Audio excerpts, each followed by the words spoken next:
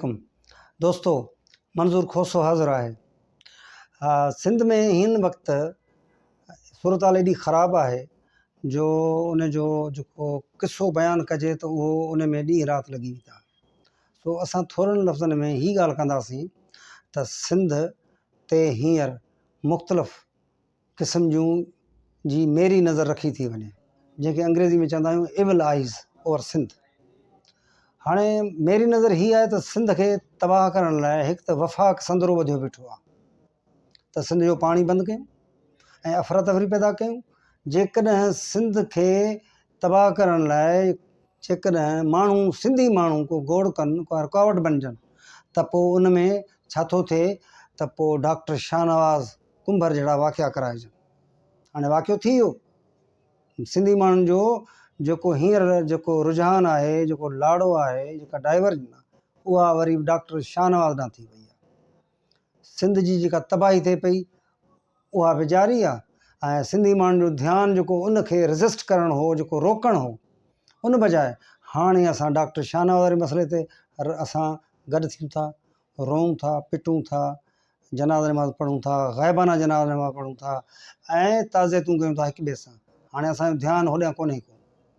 ऐं इहो केतिरा ॾींहं हलंदो, कीअं हलंदो, छा कबो? मुंहिंजी सिंध जे माण्हुनि खे गुज़ारिश आहे त इहे जेके वाक़िया थियनि था इहे ईअं कोन था थियनि, इहे हथरादू वाक़िया आहिनि जेके कराया वञनि था। त जीअं सिंध जा माण्हू, सिंध जी जेका तबाही थिए थी वफ़ाक़ तरफ़ां, उन खे रेज़िस्ट करण या रोकण बजाए माण्हू जो लाड़ो ॿिए पासे हुजे। अहिड़े नमूने सां पुराणे ज़माने में जॾहिं ग़ुलाम अहमद बैराज जूं ज़मीनूं भुॻड़नि मुठ ते ॿाहिरियुनि माण्हुनि खे ॾिनियूं पियूं त उन दौर में बि ईअं थियो, अहिड़ा वाक़िया कराया पिया ऐं सिंध में कुझु माण्हुनि जे हथां अहिड़ा मसइला पैदा करे ऐं उन्हनि जो ध्यानु सिंधी माण्हुनि जो ॿिए हंधि कयो पियो वञे। वनियुंट में बि ईअं कयूं, वनियूं ठाहे विधऊं, सिंध जो सॼो जेको माल हो, ज़मीनूं हुयूं, नौकिरियूं लाहौर में वेही नीलाम कंदा हुआ ऐं सिंधी माण्हू उन ते कीअं कुछे, जेकॾहिं कुछंदा हुआ त उन ते कुफर जूं फतवाऊं ऐं ॿियो वाक़िया कराए माण्हुनि जो ध्यानु हेठि मथे करायो वेंदो। सो हाणे बि ईअं कयो थो वञे। इन ॻाल्हि खे सम्झणु ऐं उन खे रोकण जूं तदबीरूं करणु घुरिजनि। सो अॼु मां सिंधी माण्हुनि खे, पंहिंजे भाइरनि खे एतिरी ई ॻाल्हि कयां थो त पाण में जेका यकजहती आहे, जेका हिकजहिड़ाई आहे, उन खे जेको आहे सो साधं पाण जदोजहद में गॾु हुजूं ऐं सिंध जे मसइलनि ते ज़रूरु नज़र रखूं। भली ॿिया मसइला थियनि, उन खे बि मुंहुं ॾिबो, पर सिंध खे बचाइणु असां समूरनि माण्हुनि जो फ़र्ज़ु आहे। छो त सिंध ते जेका मेरी नज़र रखी थी वञे उन खे कंहिं बि सूरत में रोकणो पवंदो, न त जियापो मुश्किल आहे। पोइ एग्ज़िस्टेंस, सिंधी माण्हुनि जो एग्ज़िस्टेंस मुश्किल थींदो, तबाह थींदासीं।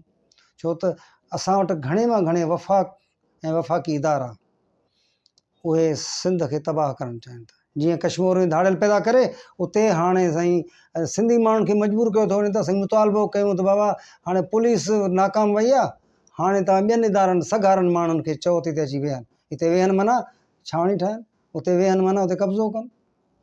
सो सिंध जो जेको जियापो इन में आहे त असां इन समूरनि ॻाल्हियुनि खे सम्झूं ऐं पंहिंजो पाण मसइले जो हल कयूं। असां कंहिं ॿिए जे पोयां न लॻंदासीं। ऐं मूं सिंध गवर्नमेंट खे बि मुंहिंजी गुज़ारिश आहे त सिंध असेंबली मां इहो ई फ़ाइदो वठनि, सिंध जे मसइलनि ते कानून साज़ी कनि। ख़ासि करे पाणी वारो मसइलो, गुज़िरियल हफ़्ते पाणी जे मसइले ते ॻाल्हायो हुयो ऐं ॾाढो भलो ॻाल्हायो हुयो। उन खां पोइ छा थियो त हीउ नओं मसइलो डॉक्टर शाहनवाज़ वारो थियो त सिंध असेंबली खे मजबूरन उन ते ॻाल्हाइणो पियो। मतिलबु असांजी जेका जदोजहद आहे या असांजी जंहिं ते नज़र आहे उन खे डाइवर्जन ॾियणु, उन खे उनजो रुख मोड़ण लाइ इहा सॼी सूरत हाल हथ सां पैदा कई थी वञे। सो साथियो, इहे सम्झण जूं ॻाल्हियूं आहिनि। असां तव्हां सां अॼु इहा ई ॻाल्हि कईसूं, एतिरी ॻाल्हि आहे। जेकॾहिं इहा ॻाल्हि पसंदि आई हुजे त मुंहिंजे चैनल खे सब्सक्राइब कयो, कमेंट्स ॾियो, लाइक कयो। तव्हांजी वॾी महिरबानी। अस्सलाम वालेकुम।